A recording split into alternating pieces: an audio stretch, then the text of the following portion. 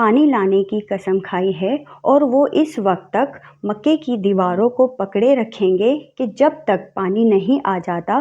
تو یہ سن کر مکے کے لوگ بھی کعبہ کی طرف جانے لگے، جن میں عورتیں، بچے، بوڑھے بھی شامل تھے۔ کعبہ کے آس پاس کا میدان لوگوں سے بھر گیا تھا۔ وہ 32 لوگ جنہوں نے قسم کھائی تھی وہ کعبہ کے بالکل پاس میں کھڑے ہو گئے۔ ابو طالب کے ساتھ ان کا بھتیجا حضرت محمد مصطفیٰ صلی اللہ علیہ وآلہ وسلم بھی کعبہ کے پاس کھڑے ہو گئے۔ جب ان لوگوں نے بچے کو اپنے پاس کھڑا دیکھا تو وہ سارے لوگ ابو طالب کو آنکھ نکال کر دیکھنے لگے اور کہنے لگے، اے ابو طالب، اس بچے کو اپنے ساتھ کیوں لے کر آئے ہو؟ کیا تمہیں معلوم نہیں ہم مکے کے بڑے بڑے لوگ ہیں اور ہم سب نے خون میں اپنا ہاتھ ڈبو کر قسم کھائی ہے، اس لیے ہم بارش مانگیں گے۔ اس بچے کا یہاں کوئی کام نہیں ہے۔ یہ سن کر ابو طالب نے کہا، اے میرے بھتیجے محمد، جاؤ اور جا کر پیچھے بیٹھ جاؤ۔ اتنا سنتے ہی پیارے نبی حضرت محمد مصطفیٰ صلی اللہ علیہ وآلہ وسلم پیچھے جا کر بیٹھ گئے۔ اس کے بعد ان 32 لوگوں نے کعبے کی دیوار کو پکڑا اور سب کے سب ایک ساتھ کہنے لگے، اے کعبہ کے پیدا کرنے والے، پانی برسا دے۔ اس طرح سے کرتے کرتے پوری رات گزر گئی اور صبح ہو گئی مگر پانی نہیں آیا، بارش نہیں آئی۔ صبح کے بعد سورج سر پر آ گیا تو یہ لوگ ویسے ہی پانی مانگتے رہے اور کہتے رہے، اے کعبہ کو پیدا کرنے والے، پانی برسا دے، مگر پانی نہیں آیا۔ اب آسمان بھی گرم ہو چکا تھا، زمین بھی تپنے لگی تھی، کعبہ کی دیواریں بھی گرم ہو چکی تھی، مگر وہ 32 کے 32 لوگ ویسے ہی پانی مانگنے جا رہے تھے، مگر پانی کا کہیں دور دور تک کوئی نشان نظر نہیں آ رہا تھا۔ اب تک گرم دھوپ میں سارے لوگ پسینے میں تر ہو چکے تھے، ان میں سے کئی لوگ چکر کھا کر گر چکے تھے۔ کسی نے پیچھے سے آ کر ابو طالب کا کپڑا پکڑا۔ ابو طالب نے جیسے ہی پیچھے مڑ کر دیکھا تو بھتیجا محمد کھڑا تھا۔ اپنے بھتیجے کو اپنے پاس دیکھ کر ابو طالب غصے سے کہنے لگے، اے محمد، تم یہاں کیوں آئے ہو؟ تو یہ سن کر محمد صلی اللہ علیہ وآلہ وسلم کہنے لگے، اے چچا، مجھے بھی آنے دو نا، میں آؤں گا اور اوپر والا پانی برسا دے گا۔ تو ابو طالب نے غصے سے کہا، ہم 32 لوگ مکے کے بڑے رات سے پانی مانگ رہے ہیں مگر اوپر والے نے پانی نہیں برسایا، اور تو 9 سال کا ہے اور تو اوپر والے سے پانی مانگے گا اور وہ پانی برسا بھی دے گا؟ جاؤ اور جا کر اپنی جگہ پر بیٹھ جاؤ۔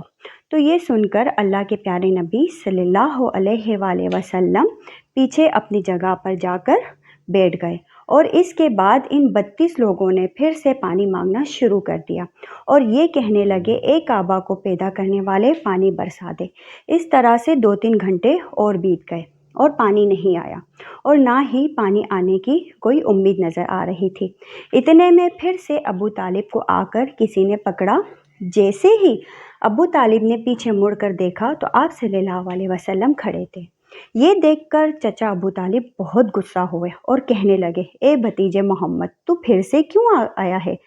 تو یہ سن کر پیارے نبی حضرت محمد مصطفیٰ صلی اللہ علیہ وآلہ وسلم کہنے لگے، اے چچا، میں پھر سے کوئی پانی وانی نہیں مانگنے آیا ہوں، مجھے تو آپ کا پسینہ پوچھنے آیا ہوں۔ پھر آپ صلی اللہ علیہ وسلم نے اپنی چادر سے اپنے چچا ابو طالب کا پسینہ پہنچا۔ یہ دیکھ کر چچا کا اپنے بھتیجے پر پیار ابھر آیا اور ساتھ ہی اپنے بھتیجے کو گلے سے لگا لیا۔ جیسے ہی ابو طالب نے گلے سے لگایا تو اللہ کے پیارے نبی صلی اللہ علیہ وآلہ وسلم پھر سے کہنے لگے، چچا، مجھے بھی آنے دو نا، میں ایک کام کروں گا اور اوپر والا پانی برسا دے گا۔ یہ سن کر چچا ابو طالب کچھ کہنے ہی والے تھے کہ اس سے پہلے ہی ان 32 لوگوں میں سے کسی ایک نے یہ بات سن لی اور وہ زور سے کہنے لگا، اے مکے کے لوگوں، پانی آ گیا۔ تو یہ سن کر سب نے کہا، اے پاگل، پانی کہاں آیا ہے؟ یہاں تو سب گرمی میں مرے جا رہے ہیں اور تو بولتا ہے کہ پانی آ گیا ہے۔ تو وہ شخص کہنے لگا کہ میں نے سنا ہے کہ محمد کہہ رہا ہے کہ میں ایک کام کروں گا تو پانی آ جائے گا۔ اتنا سنتے ہی وہ لوگ کہنے لگے، اے محمد، آ جاؤ، اے محمد جلدی آؤ۔ پھر اللہ کے پیارے نبی حضرت محمد مصطفیٰ صلی اللہ علیہ وآلہ وسلم کعبہ کے پاس آ گئے اور سب سے کہنے لگے تم لوگ یہاں پر کیا کر رہے تھے؟ ان لوگوں نے کہا کہ ہم سب یہاں پانی مانگ رہے تھے۔ تو آپ صلی اللہ علیہ وآلہ وسلم نے کہا اس وقت میں کہاں پر تھا؟ آپ ہمارے پیچھے تھے۔ آپ صلی اللہ علیہ وسلم نے کہا جب تم پانی مانگ رہے تھے اس وقت میں پیچھے تھا، اب میں پانی مانگنے آیا ہوں تو تم سب پیچھے چلے جاؤ۔ تو یہ سن کر ان 32 لوگوں میں سے 20 لوگ پیچھے چلے گئے، مگر ان میں سے 12 لوگ اڑے رہے اور کہنے لگے کہ یہ 9 سال کا بچہ آگے رہے گا اور ہم مکے کے بڑے بڑے لوگ پیچھے رہیں گے تو ہماری ناک کٹ جائے گی، ہم پیچھے نہیں جائیں گے۔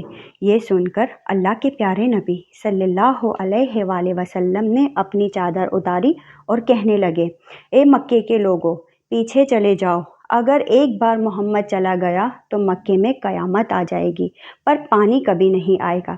اتنا کہہ کر آپ صلی اللہ علیہ وسلم جانے لگے۔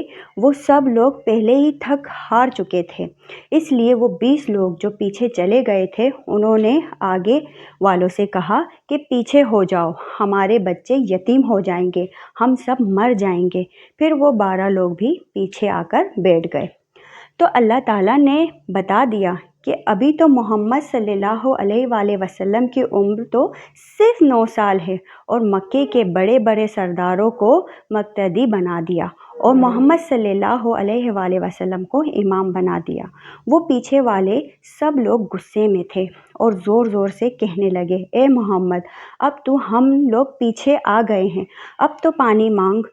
یہ سن کر اللہ کے نبی صلی اللہ علیہ وآلہ وسلم پیچھے مڑے اور کہنے لگے اے لوگو تم نے پانی مانگا تھا اس لیے تم چاہتے ہو کہ میں بھی پانی مانگوں اور پھر تمہارے میں اور میرے میں کیا فرق رہے گا؟ تو یہ سن کر وہ لوگ چلا کر کہنے لگے اے محمد تم کیا مانگو گے؟ تو آپ صلی اللہ علیہ وآلہ وسلم نے فرمایا کہ یہی تو دیکھتے جاؤ کہ میں کیا کہوں گا۔